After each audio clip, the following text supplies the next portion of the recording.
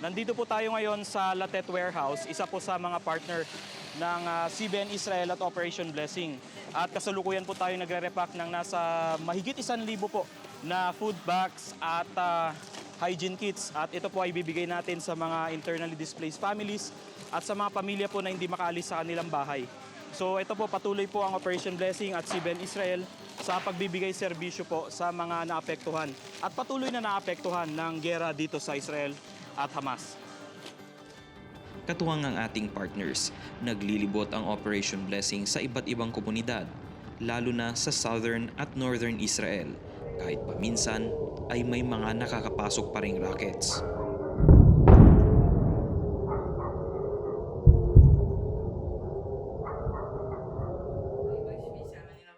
Isa sa mga nakilala ng team ay ang Holocaust survivor na si Sofia. Bata pa lang siya nang nabulag dahil sa pagbomba ng Germany sa Stalingrad sa Russia.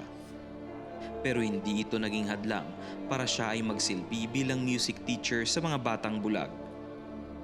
Mula noong World War II, ilang gera na ang naranasan ni Sofia, lalo na nang bumalik siya sa Israel.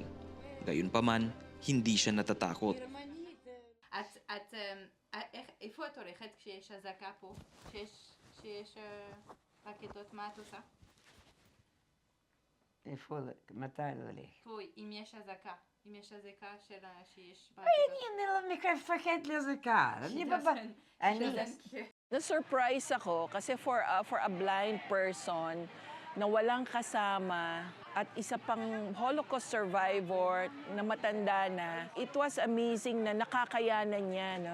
And I think dun sa mga naranasan niya, because she was young, no, as she narrated her story, of course, mahirap para sa kanya kasi lumaki na siya ng bulag. Alam ko nakatulong yung love niya for music sa pag-cope up niya sa situation niya bilang isang survivor.